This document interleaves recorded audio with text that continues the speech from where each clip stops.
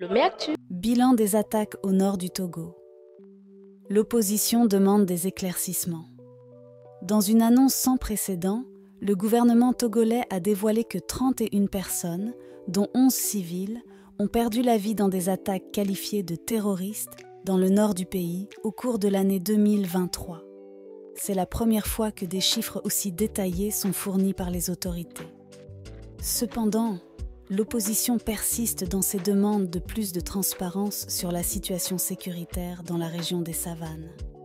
Un bilan historique. Le dernier bilan des incidents sécuritaires dans le nord du Togo datait d'avril 2023, lorsque le président Faure Gnassingbé avait mentionné environ 140 morts, dont 100 civils, depuis la première attaque enregistrée en novembre 2021 dans la préfecture de Kpenjal. Mise en lumière des événements. Lors d'une intervention télévisée mardi 28 novembre, la porte-parole du gouvernement togolais a détaillé les événements sécuritaires de l'année en cours. Elle a énuméré une attaque par embuscade, 11 accrochages avec les groupes armés terroristes, 9 explosions d'engins explosifs improvisés, déclarant qu'ils ont causé 31 morts, dont 11 civils, 29 blessés et 3 disparus. Demande d'éclaircissement. Malgré cette communication, l'opposition maintient ses critiques concernant l'opacité entourant la situation sécuritaire et les entraves à la libre circulation dans le nord du Togo.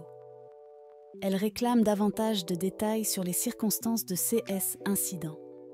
Éric Dupuy, porte-parole du parti ANC de l'opposant Jean-Pierre Fabre, exprime le souhait d'en savoir plus.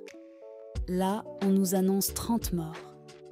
Jusqu'à aujourd'hui, ni les partis politiques, ni l'Assemblée nationale, ni les journalistes n'étaient informés sur les circonstances de ces assassinats. Cette révélation est après tout un grand pas dans la communication gouvernementale sur la situation sécuritaire, bien que des appels à plus de transparence et d'information persistent. La question de la sécurité dans le nord du Togo reste au cœur des préoccupations, soulignant la nécessité d'une gestion transparente et approfondie de la crise. Lomé Actu.